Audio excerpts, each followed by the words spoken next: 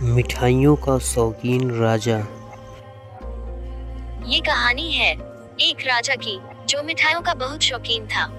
राजा के लिए मिठाई उसके ही राज्य के सबसे अच्छे हलवाई के यहाँ से आती थी। रोज की तरह राजा एक दिन मिठाई खा रहा था, तभी उसने देखा कि उस मिठाई के डब्बे में एक मक्खी मरी हुई है। ये देखकर राजा को बहुत गुस्सा आ गया। बात तो छोटी सी थी, लेकिन वो तो राजा था, उसके लिए ये कोई छोटी बात नहीं थी।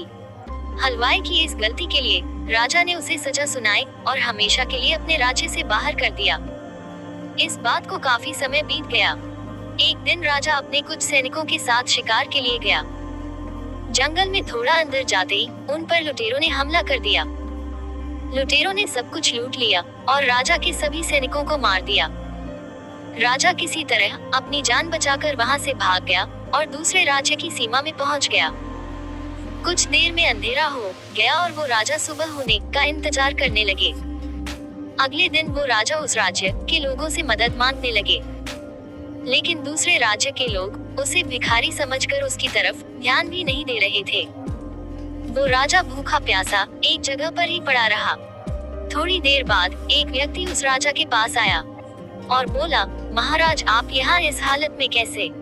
राजा बोला, कौन हो तुम और मुझे कैसे जानते हो? उस व्यक्ति ने कहा, महाराज मैं वही हलवाई जो अक्सर आपके महल में मिठाइयाँ भेजा करता था। राजा ने उसे सारी बात बताई। उस हलवाई ने राजा की मदद करी और उसे वापस अपने राज्य भेजने का सारा इंतजाम भी कर दिया।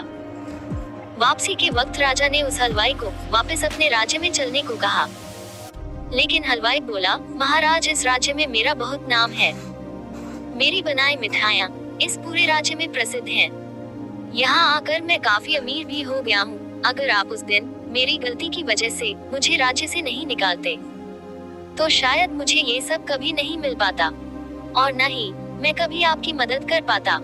आप ऐसे ही भूखे प्यासे मर जाते। शायद जो भी हुआ वो सब अच्छे के लिए ही हुआ।